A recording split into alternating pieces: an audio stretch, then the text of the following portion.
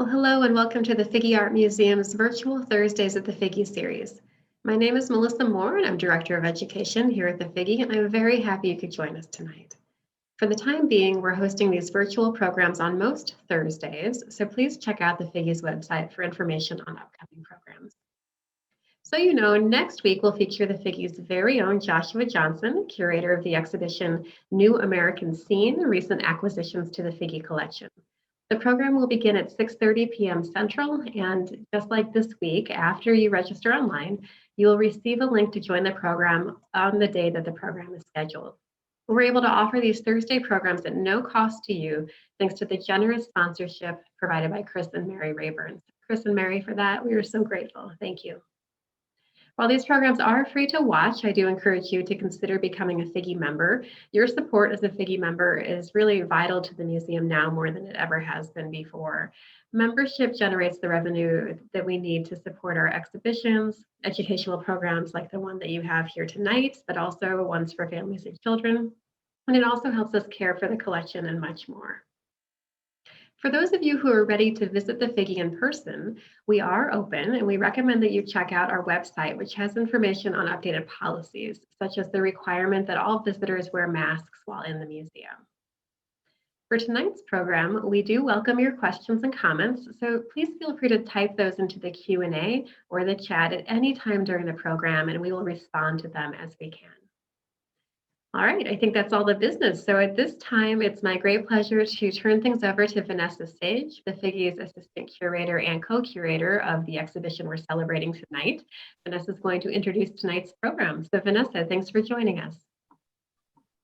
Thank you, and good evening, everyone. Thank you for joining us. So Joshua Johnson and I curated the exhibition Haitian Masterworks, currently on display in the third floor gallery.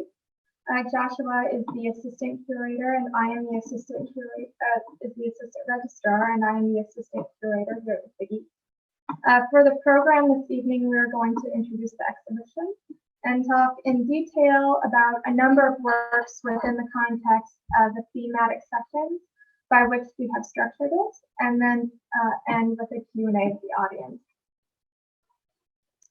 When developing Haitian Masterworks, we wanted to celebrate the dynamic vision of Haitian artists while exploring the cultural and societal contexts that connect their work.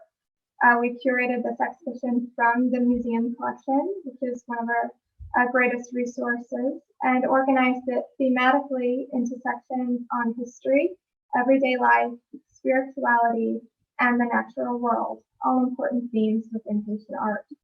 We also wanted to represent a range of different mediums and styles, as well as time periods. Over 70 works are on display, ranging from 1945 to the present, including paintings, beadwork, wood carving, and metal sculpture, among other mediums. In addition, we worked to feature recent acquisitions, as well as works from the collection that had not been on display in years.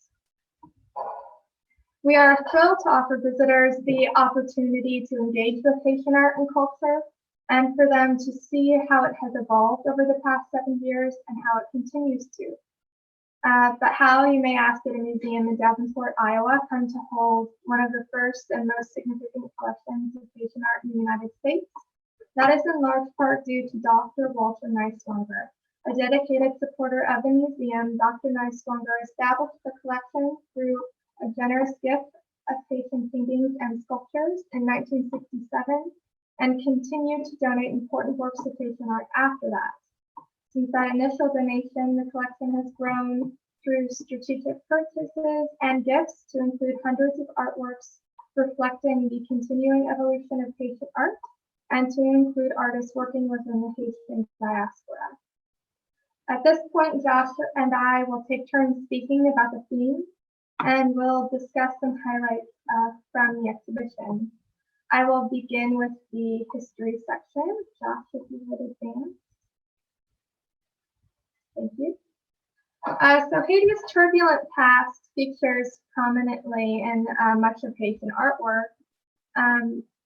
Common subjects include revolutionary figures who fought to establish an independent Haiti, while other artists highlight the continuing struggle for self-determination amid oppressive social conditions.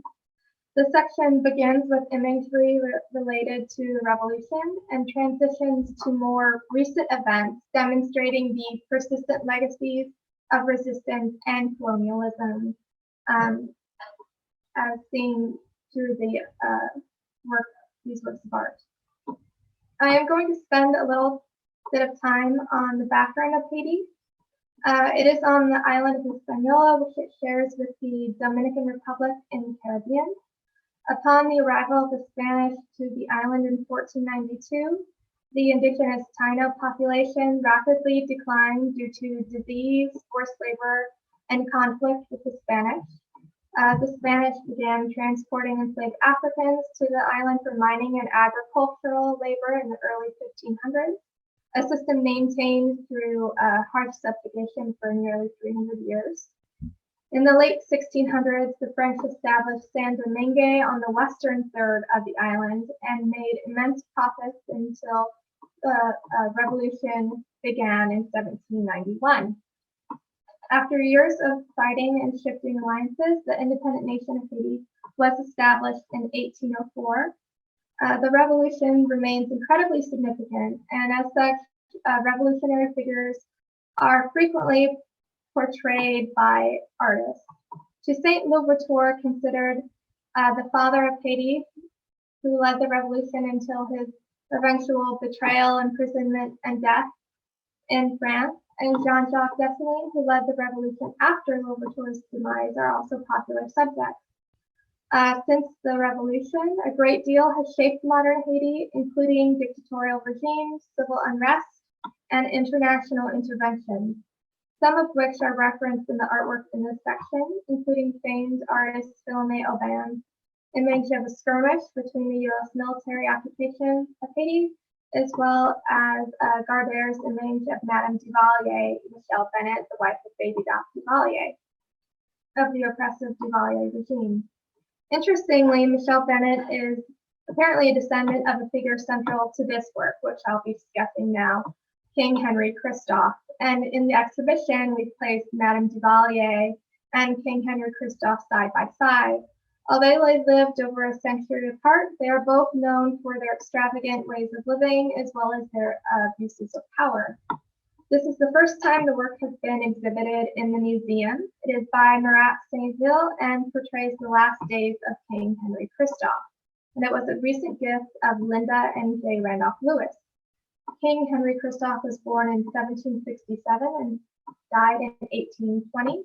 An intriguing figure, he was involved in two revolutions, apparently fighting with French forces in the American Revolution, and then as a key figure in the Haitian Revolution.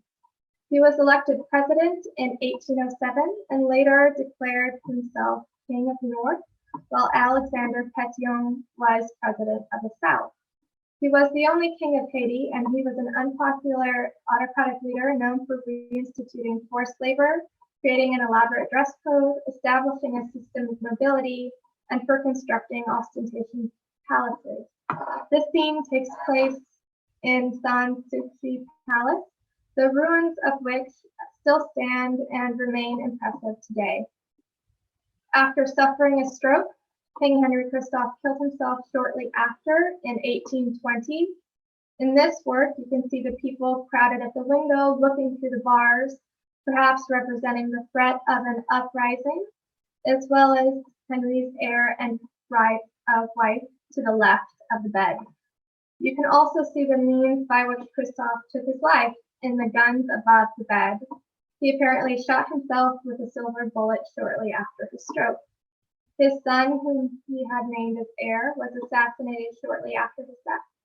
While this work speaks specifically to an event in Haiti's past, the next work I'll be discussing is by a contemporary artist who addresses the continuing repercussions of past events of Haiti on present-day experience.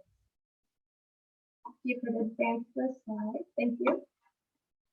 This is a recent acquisition and one that we are honored to have in the museum collection by Haitian American artist Judy Williams, entitled In Haitian Creole, Nap Nage Ensemble, Nap Vole Ensemble, It is from the Broken Skies Vertier series and was created in 2019.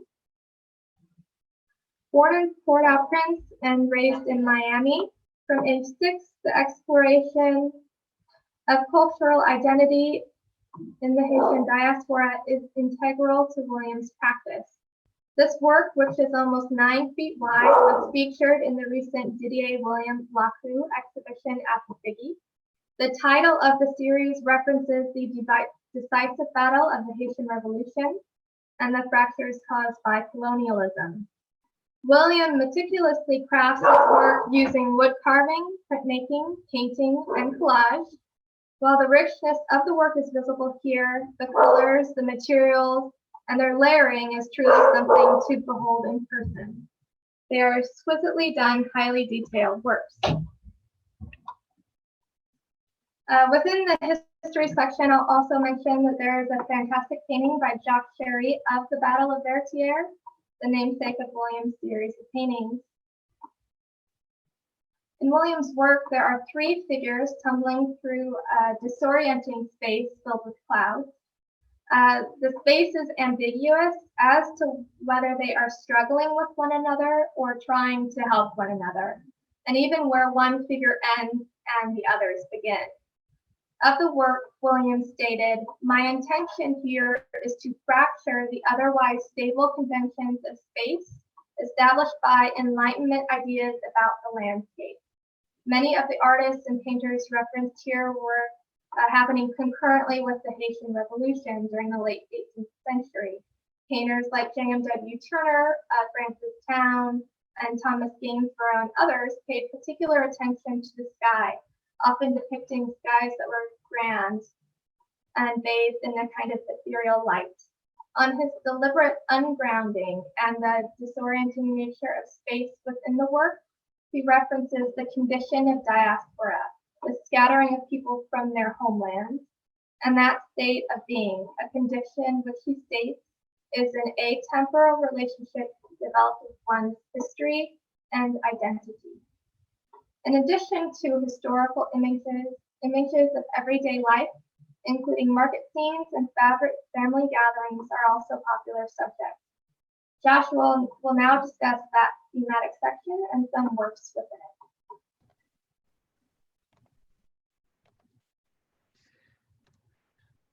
So yeah, as Vanessa mentioned, we thought in addition to these sections that are dealing with these kind of overarching themes of history and spirituality and the natural world, that it was also really important to include paintings and works that focused on the everyday life of the Haitian people. Works that might give us kind of an insight in what it is like to perhaps live in Haiti, this corner of the world that so few of us have visited, and that has a very different economy, a different landscape, a different kind of socioeconomic landscape than what we here experience in the United States. And to give you a little kind of taste of what the everyday life of Haiti is like, so much of the Haitian economy is impacted by the hangers-on of the colonial exploitation they faced and the lingering impacts of the political corruption of the prior regimes that Vanessa noted upon. To the extent that, still 80% of the population of Haiti is living in poverty, with 60% of the population being unemployed. Of those who are employed, the vast majority of the Haitian people work in the agricultural industry. And those who do not are usually employed as either day laborers or street vendors. And now I'm mentioning all of this because evidence of all of these, these laborers and these times of employment are evident in the paintings in this section. Scenes of street laboring, scenes of farming, scenes of interior scenes like this that are these lovely kind of domestic interiors, which we'll talk about in just a sec. But in going back to that idea of these kind of overarching themes that connect the everyday life in this section, we also wanted to highlight in this section paintings that deal with rites of passage, these things that kind of connect a lot of us, scenes of weddings, scenes of first communions, and also scenes of paintings dealing with these yearly events that also kind of make the cyclical nature of the year feel more cyclical. Things like carnival events are featured in this scene as well, and the kind of Lenten parades that are so prominent in a lot of Haitian artwork. One of the highlights of this section are these two paintings by Wilson Begoad. Wilson Begoad was born in Port-au-Prince in 1931, and it wasn't until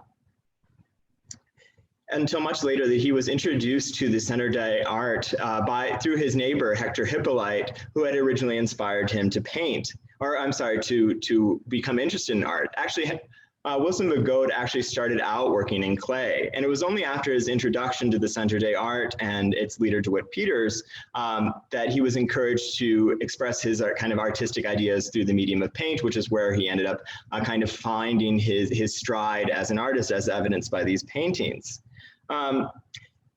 He is someone who really got a lot of attention, and it was after one of his first international exhibitions in Washington, D.C., in which he took second place, that he was kind of brought to attention on national stage. It was after that his works were collected by the Museum of Modern Art, along with other Haitian artists of the time like Gorky, Philomé Aubin, and Georges Lataud. As well as him being brought to the attention of people like the Episcopalian Bishop of Haiti, Charles Bogely, who it is quite possible was the original owner of this interior scene on the right, and was also the person who commissioned Wilson Begoad to do these interior murals for the Trinity Church, which are often considered his best works. That is where he painted his most famous scene, the Wedding at Cana, which was a wall mural, as I mentioned, at Trinity Church. These scenes are really fascinating because they illustrate, for me, Begoad's kind of internal dialogue with himself, this kind of internal struggle that's going on. The self-portrait in particular on the left, shows a man that is outwardly expressing himself as, this well-dressed, confident individual with his, bespoke fedora and his double-breasted suit, looks ready to face anything. But then if you begin to look at the painting a little bit closer, you begin to notice things like the bars on the window and the kind of tilted perspective of the entire scene. And it's in looking at those elements that you begin to kind of doubt this kind of outward persona, this outward confidence that he's presenting, and you begin to see the kind of internal struggle. Begoad, within several years of painting this, would have a series of debilitating bouts with mental illness in which he would, be unable to paint. And it was after these bouts that his style of painting changed forever and began to focus on more unsettling and almost demonic scenes in his artwork. But this scene here, I think, kind of hints at what is to come, the kind of unsettling nature of what's going through his mind. And, Begoad is someone who lived through so many of the kind of turmoils of Haitian history that Vanessa alluded to. This political strife, he internalizes a lot of it and is trying to grapple with it, but deals with it very personally and, is mentally impacted by it. The scene on the right, even though we have it labeled as an untitled interior scene, is most likely another self-portrait of Begoad. This is, quite possible because, you notice that the man in the center of the painting is wearing almost the exact same suit that Begoad depicts himself in the self-portrait on the left. The lovely hat that he is wearing in the self-portrait is hung on the wall. And if you'll notice, the people in the painting seem to be directing their attention to the painting that is center on the wall here, perhaps alluding to the fact that Wilson Begoad is the painter of that work as well. This connecting to, this is an interior scene featuring him, and here is one of his works featured on the wall. I should mention, I mentioned that the Episcopalian Bishop of Haiti, Charles Bogely, was the one who commissioned the Trinity Church murals, and mentioned that he might have been the owner of this based on the label on the back of this painting. He, in an interesting side note of Haitian history, was actually kind of chased out of Haiti at gunpoint under the Duvalier regime. So it's interesting to think if this painting was something he might have even taken with him, if that was indeed the correct provenance for this work. Okay, one of the other scenes that we wanted to kind of highlight within this section, and there are a lot of great paintings in this section. We're not featuring any of the works in this presentation by Benoit or Philemeo Gus, but this painting by Jolicoeur is a very recent acquisition for us, and it actually has never been exhibited at the Figge prior to this exhibition. And part of the reason for that, it was in need of conservation. In fact, this image that you're seeing of it is pre-conservation, so you'll have to come to the museum itself to see it in its restored state. So this was the first time we were ever getting it out. And the story of this painting is very interesting. It was actually a gift by the artist to a Dr. Solvay, whose family was the donator of this work. It was gifted to the doctor after he had made a humanitarian visit to Haiti to offer medical services to the people of Haiti. And it's quite possible that he proctored his services to Jolicoeur himself or a friend of Jolicoeur's. That inspired him to make this work and donate it to the doctor. And what's really, this is a kind of quintessential village scene from Haitian art. We have all these kind of different activities happening all at once. Yes, we have the doctor's office, which is evident. I've just realized you can't see me pointing, so I'll stop doing that. The doctor's office that is evident on the right. You see the man on crutches walking towards it to hopefully get some treatment. You see the people playing cards on the left. You see these elements of street vendors. You also see people who are laboring in the hills in the background who are bringing in crops from harvest. So this connection again to these different forms of labor in Haiti, and also the connection to the way the economy supports itself. And now, we're going to transfer back over to Vanessa, who is going to talk about our spirituality section, which is the largest section in the exhibition.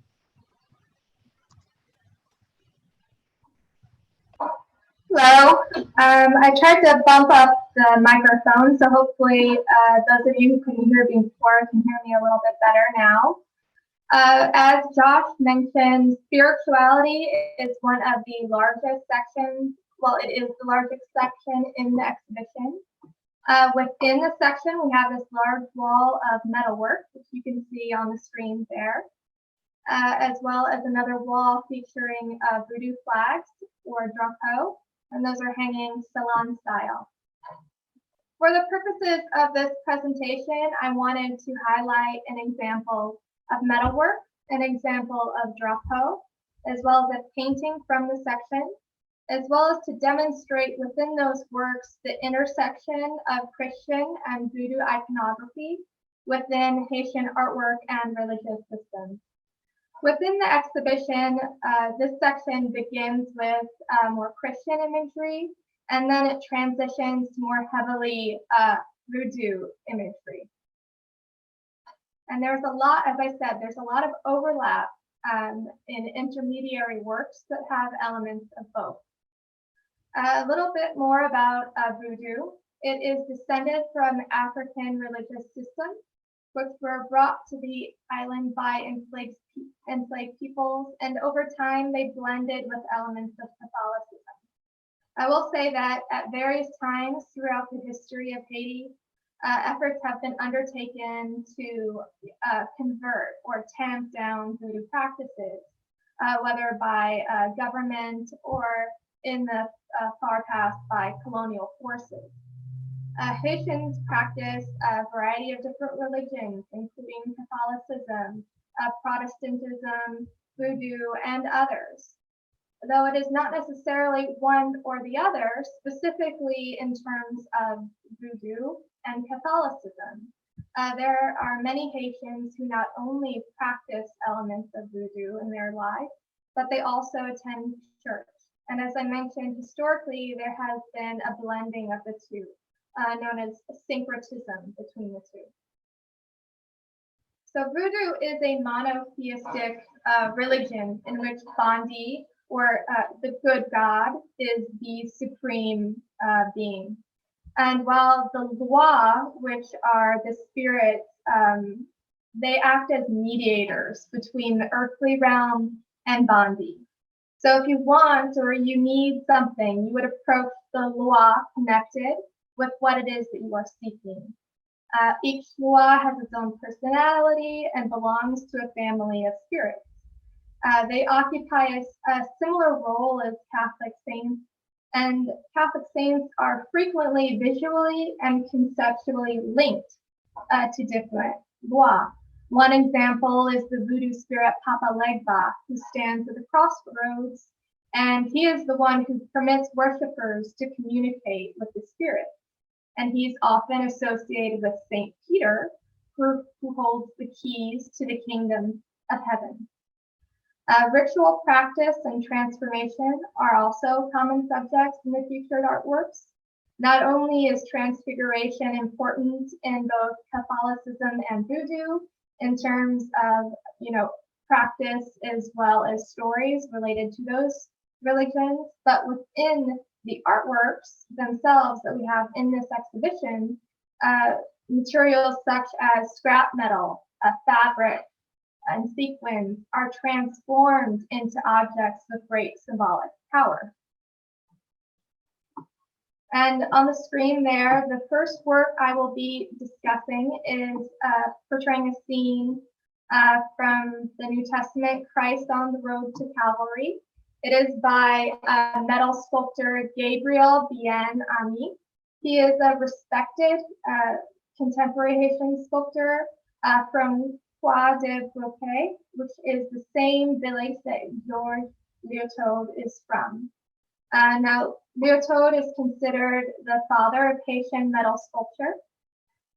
He initially forged, he was blacksmith, he made voodoo crosses, and you can see those to the left and the right of that main feature wall in the image for cemeteries.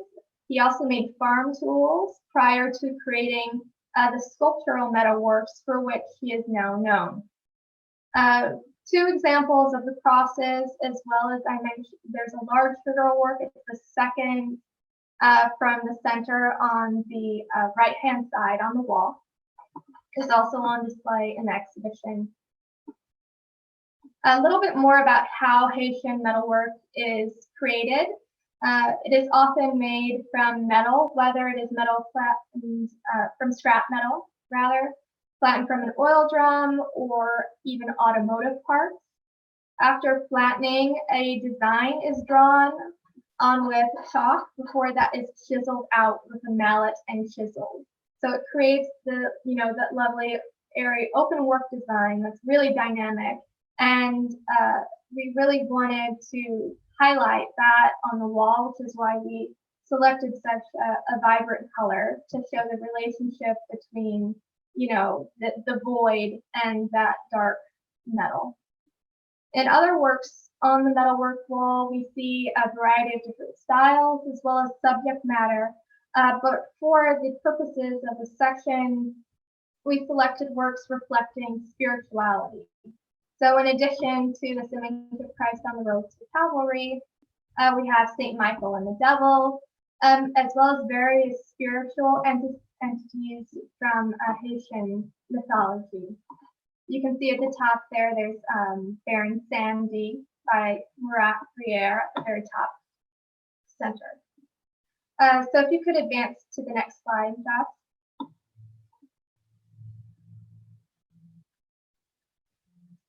This next work is by Castera Bazille, and it is of a mapo tree ceremony.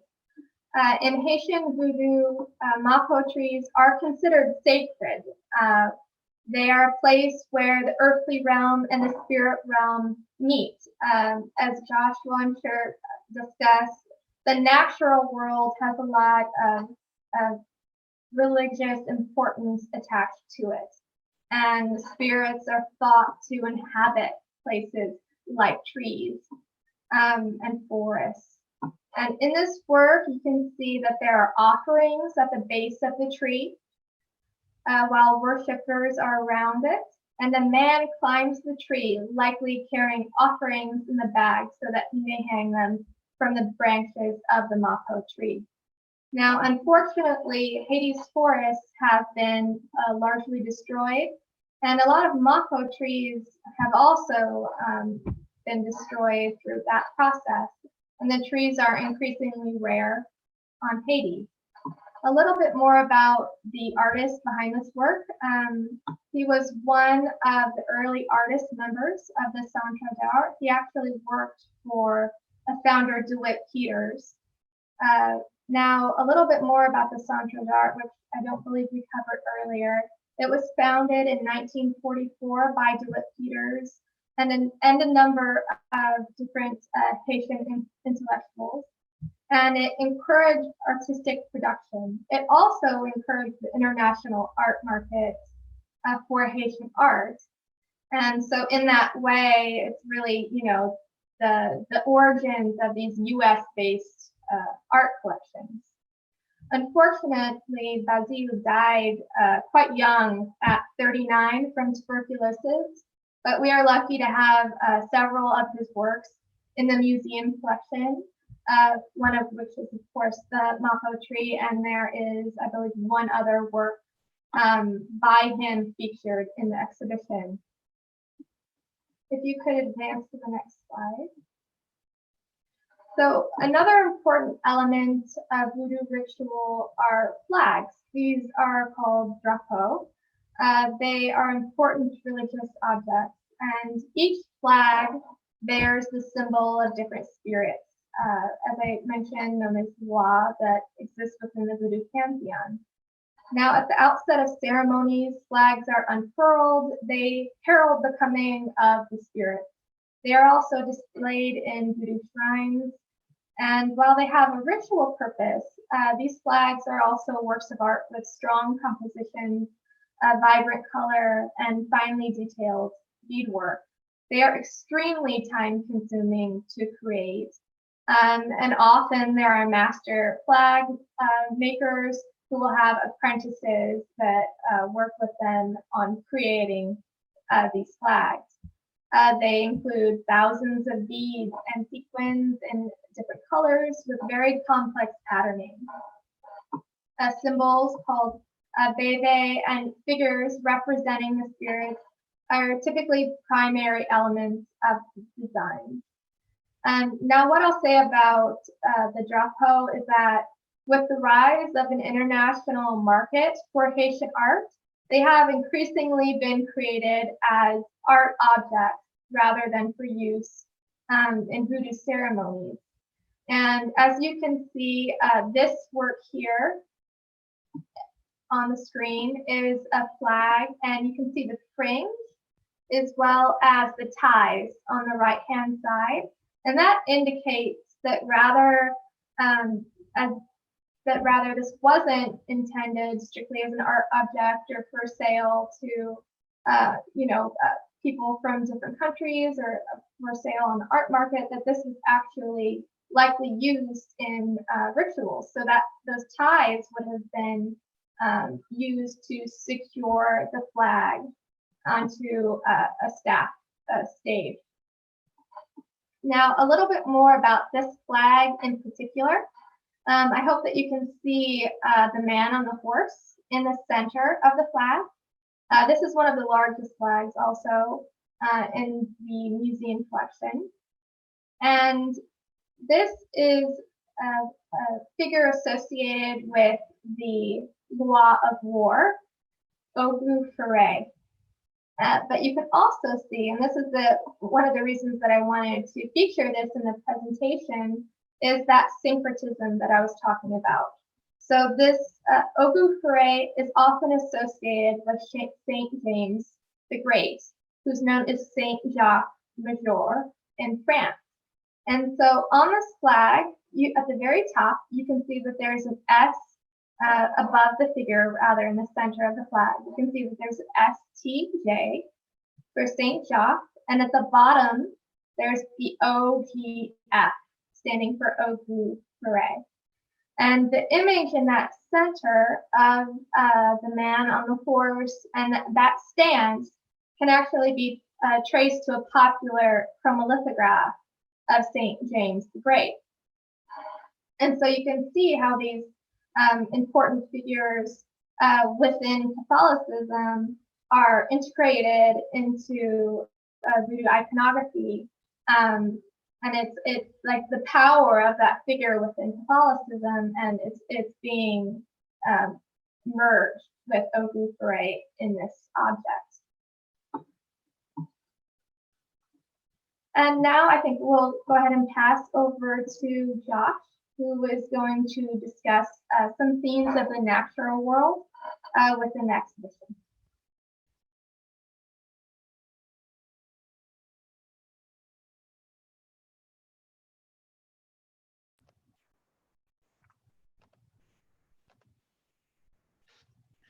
Sorry, the unmute button eluded me for a moment. So as Vanessa mentioned, the last section in the exhibition deals with the natural world. You know, Haiti is an environment that is like anyone, you're impacted by your surroundings, right? And unfortunately, Haiti's kind of natural beauty has been, you know, almost entirely deteriorated thanks to the impact of deforestation. You know, some of the early Western accounts we have of Haiti tell us about this kind of beautifully lush island overwhelmed with this kind of tropical forest. In fact, in a 1658 account from Charles de Roquefort, a French author, and yes, some of my pronunciation of these names are bad. My enthusiasm usually gets the better of my tongue.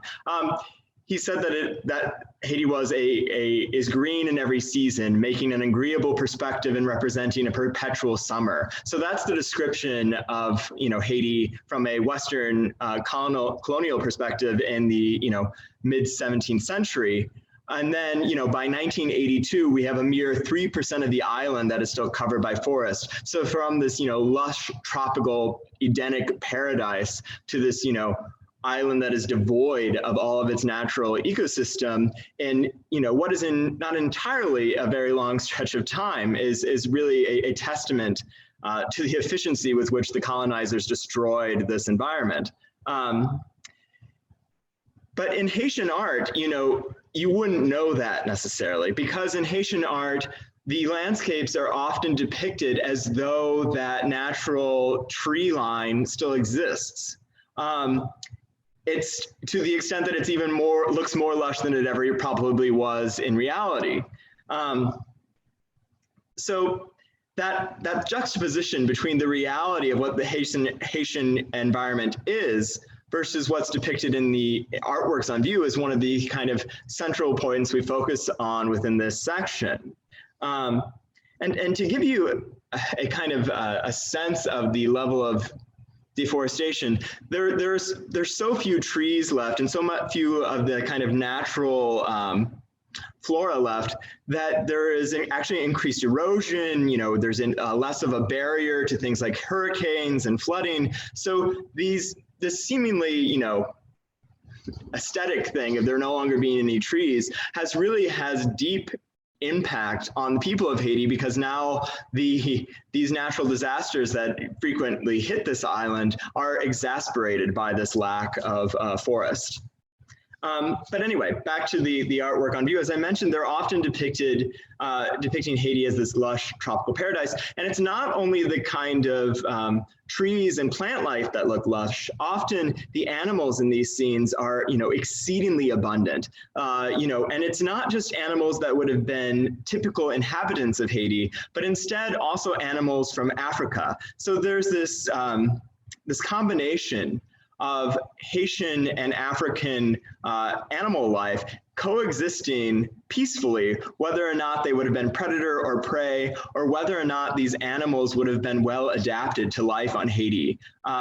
There's a lovely Jasmine Joseph painting in our collection that actually has, you know, scenes of penguins and things like that. So all of these animals often are, you know, seemingly happy to be in the tropics despite whether or not they are well suited to it. And that kind of you know, that kind of fantastical Edenic vision is what Haitian artists are putting forward. What's really interesting, though, to think about is when they depict these scenes, they're almost completely devoid of a contemporary Haitian human presence. if figures do appear, they are, figures from mythology, whether it be Christian or Voodoo. So you'll get the Elwa, the Loa presenting themselves, like we see in this painting by Edouard de Villers-Carrier. And we will also get people like Adam and Eve inhabiting these scenes, but we don't get, self-portraits of the artist juxtaposed in these scenes. We don't often get scenes of contemporary Haitians inhabiting these landscapes. And it's interesting to think if that's because it seems so removed from the reality, perhaps, that these lush forests are now just some distant fantasy, as opposed to an actual inhabitable reality. But getting on to the scene we're actually looking at, this is a scene by Edouard de Villers-Carrier, who will be very, well known to many of you in the viewing audience tonight, especially to frequent visitors to the Figge. We have several of his works in the collection, including a massive altar installation, which I love. But this work was one of his early works that we have, and it's a triptych. Many of you will be familiar with triptychs from Western art history, in which triptychs were used as altarpieces, in which the different sections of the triptych would be opened up on different ceremonial feast days within the Christian calendar to reveal these inner scenes that would relate to the specific celebration being had. So Edouard, by using this format, is referencing that kind of religious imagery, but then supplanting the Christian imagery with the Voodoo imagery, which is, an interesting combination. And, Edouard is an incredibly, kind of international artist. He is synonymous with Haiti, of course, but he had to flee the Duvalier regime with his family to Puerto Rico when he was in his adolescence. Then he went to high school in New York. He went to several universities within Canada, where he ended up getting his BA from Loyola University, amongst several others, up in Montreal. And lived in Paris for doing a residency, and has since lived in Miami. And so this kind of international perspective on his Haitian lineage allows him to kind of intersect all of these different kind of symbolic imagery into one kind of beautiful package in the paintings that we get from him. So that's a little bit about his background. And often in his scenes, he is depicting the spirits of the Voodoo religion, but he's putting a different spin on them. And that's, of course, evident in this painting here. This is Azaka Agro Rex. So this is a depiction of the Voodoo spirit of agriculture, often referred to as Cousin Azaka. Now, this is not a typical presentation of Azaka. He's most typically shown wearing, a denim shirt, denim pants, carrying a small drawstring satchel, that will often have his lunch for the day, his kind of meager cash reserve, and possibly some seeds for planting. But here, Edouard has presented him dressed, resplendently in this kind of green, probably silken frock coat with this lush ruffled shirt underneath. He's not walking through the cane fields. Instead, he's riding this kind of magnificent pink horse. And so he's no longer associated with, the kind of peasant farmers in the way that Cousin Azaka typically is. Instead, he's being shown in the guise of the kind of French aristocracy, the French landowners, the French plantation owners. Someone who is not attached to the land by working it or from receiving food from it, but is instead attached to the land by owning it. So a very different understanding of the relationship to the land. And so Azaka, who was supposed to, in theory, be looking out for the, the kind of peasant farmers of Haiti, instead now has changed his alliances and is joined the aristocratic class. And this kind of detachment from the kind of the everyday Haitian person becomes even more evident when you look at Azaka's eyes. Azaka is often depicted with one red eye, with the notion being that he's someone who never sleeps, so the red eye allows him to see at night. But in Edouard's painting, it almost looks as though one of the eyes is no longer paying attention. but is instead almost, it looks like it might have become blind. And this notion that Azaka has literally kind of turned a blind eye to the plight of the Haitian environment and the Haitian people is perhaps what Edouard is representing here. I should mention the two side panels here, the palm trees. Of course, the palm tree is present on the Haitian flag and the Haitian coat of arms. So again, completing the triptych with these representational elements of Haiti is completely appropriate. The last work that we'll look at and you can see a shot of the natural world section up in the top left. But the last painting we'll look at from this section is by Pierre Eugene, which I'm sure I just slaughtered the pronunciation of too. My French isn't so good, or my Haitian isn't so good. Anyway, this is The Feast.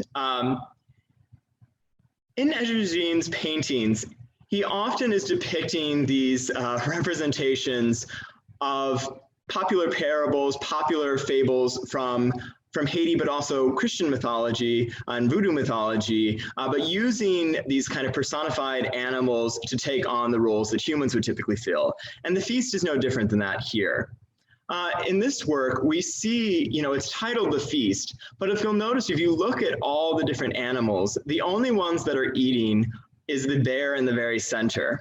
And you'll notice that what the bear is eating seems to be an apple or some kind of red fruit. And that apple or fruit has been presented by this serpent with a rabbit's head. In his paintings, the rabbits are often these kind of mythological presences. We have another painting in the spirituality section by Pierre, where the rabbits are acting as almost angelic figures that are, shepherding this wagon of demonic farm creatures into what is a version of hell. But here, the rabbit has taken on the guise of the serpent in the Garden of Eden, offering a piece of fruit from the tree of knowledge, from the traditional Christian parable, and the bear has taken a bite. And you can see that the other bear is almost reacting in anguish, as though, it knows that this is a bad thing. And you'll notice that the trees surrounding this central tree have all become barren. They are devoid of any fruit, they are devoid of any vegetation. And so there's this sense that they have already been expelled from the kind of Edenic paradise that Haiti was. And now because through this bear eating this fruit from the tree of knowledge, they are going to be expelled into the barren wasteland that perhaps Haiti has become. And this is often how Pierre uses this kind of animals as symbols within his paintings to represent these kind of deeper metaphors about Haiti, while doing it in this manner that is initially kind of seems comical, seems appealing, seems almost kind of, friendly. But then once you reflect upon it, you realize that he's talking about the deforestation, he's talking about the plight of the Haitian people. I think without kind of further yammering from me, we'll go ahead and look at some of the questions that we have, and Vanessa and I will try and answer. So if you guys have more questions or would like to insult my pronunciation, I would suggest that you do so in the Q&A. Let's see what we have from questions. Hey Josh, I'm going to jump in for a second. If you stop sharing screen, I'll go ahead and pull both you and Vanessa up.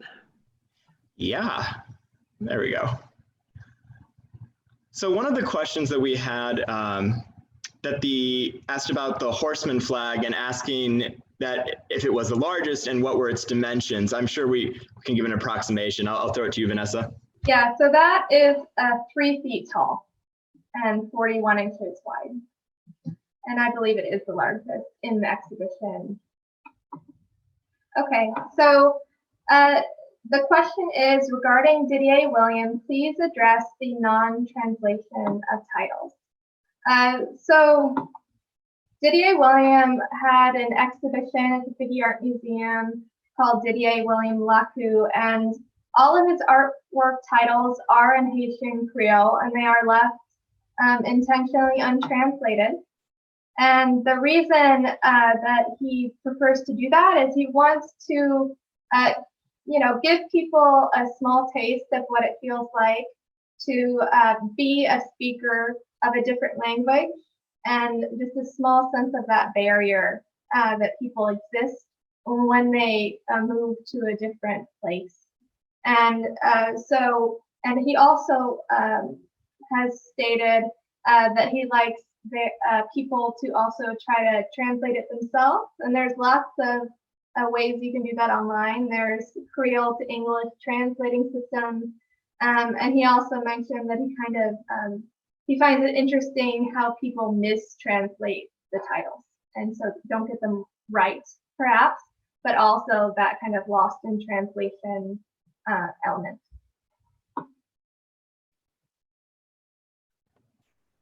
We had a question about whether or not we will be posting a video of the entire installation. We have plans to do so. We will have a couple of videos coming up with short tours of the exhibition, which will include more footage of the entire exhibition. Josh, can I jump in for just a second? And Vanessa, first of all, thank you. This is wonderful. With the video of the installation, if anybody is interested in taking a virtual tour of the exhibition, we do have a Beam Pro, which is a robot. So what we could do is set up an appointment for a small group to have you sitting at your home safe and sound while we do a Zoom, and I'm able to take you around the exhibition. It's one of our tour offerings. You have my email address. My name is Melissa, because I'm the one who sent you the link for tonight. So if that's of interest to you as a small group, please let me know. All right, back to you two.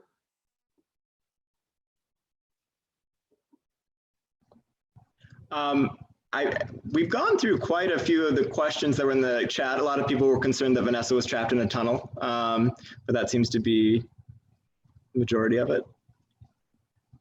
If anyone has any last minute questions, if you want to type them in real quick, if there's things that we don't get to tonight, you are of course always welcome to contact us via email or through the Facebook page, and we'll be happy to kind of provide written answers to those questions there.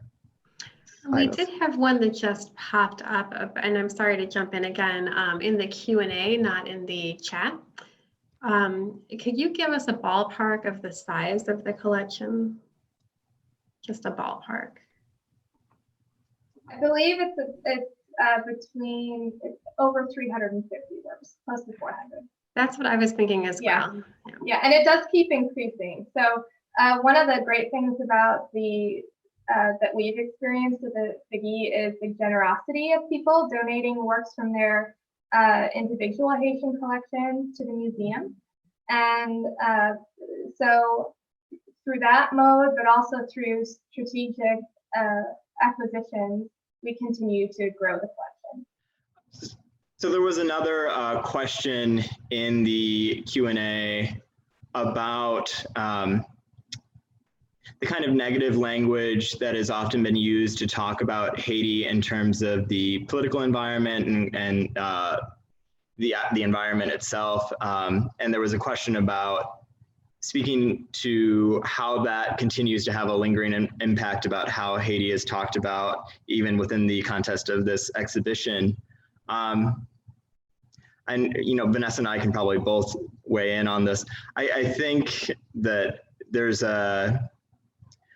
Haiti's past is something that has to be grappled with in any presentation of the subject matter, as well as the environmental realities of the frequent natural disasters that have plagued Haiti that are exacerbated by the deforestation that we've talked about tonight. So unfortunately, that does come with some inherent negative language. It's not a representation of our feelings for Haiti, of course, but just a representation of how that past and the continued struggle has to be kind of presented. I don't know if you want to add something, Vanessa. I would just add that that's something I find really interesting about Haitian art, in addition to all the other things that are really interesting, is that the discourse on it has really changed since, and the way that you talk about how Haitian art, developed and things like that. There's a lot of reevaluation going on in terms of Haitian art. And if you look at some of the old texts, some Haitian art, and there are things that we read now, and we read them and it seems completely, it needs to have a historical trajectory change because of the way that we're looking at art. And I think that, as well as how Haitian art, as well as artists working with the Haitian diaspora are, they're all individuals, and it all continues to shift and change. We want to continue to try to do better in how we interpret it in the museum and how we engage with it as, one of the most prominent museums of the Haitian collection in the United States. There's a couple questions about whether or not we can share a list of all of the works that are in the exhibition itself. What I would suggest is if that's something that you're interested in, you can find both Vanessa and I's email on the Figge website, and we would be happy to share that with you individually. It's not something we'll probably be adding to the website. And then there's also some questions about how to actually set up the robot tour. If you have questions about that, I would suggest that you reach out to Melissa directly, and she will be able to help with that. Yeah, and I think, going a little bit back to the conversation that we were having about how this work is presented, it's really interesting even to go back within this institution's own records, how things were entered here, and just, words like primitive and naive that were used in the original entries for these things that we would now never use in label language, and just trying to kind of reckon and update our files to take out all of that. And also just how things used to be presented in terms of just exhibitry, and if you look back at the old Davenport Museum of Art, when they had Haitian exhibitions, they would put things like tropical plants next to these in a way to like exoticize them. And so, we're always trying to be mindful about trying to move away from that kind of past and move to a more contemporary representation of Haitian art. And, things like the inclusion of recent acquisition of Didier's work are, of course, making leaps and bounds towards that. Melissa has shared her email in the chat for those of you who have questions about the robot tours. But other than that, I think that's the majority of the questions. Like I said, if you guys have more, please feel free to contact us via Facebook or our emails or Melissa's emails.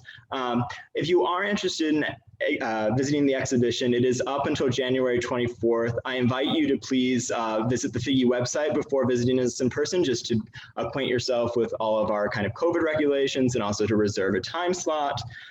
If you're interested in more programming about the Haitian exhibition, there is a scholar talk that is coming up on December 10th, also via Zoom, so check back in for that. On behalf of Vanessa and Melissa and the rest of the Figge staff here, thank you so much for joining us here tonight. And we really look forward to seeing you at other programs in the museum in person soon. Bye.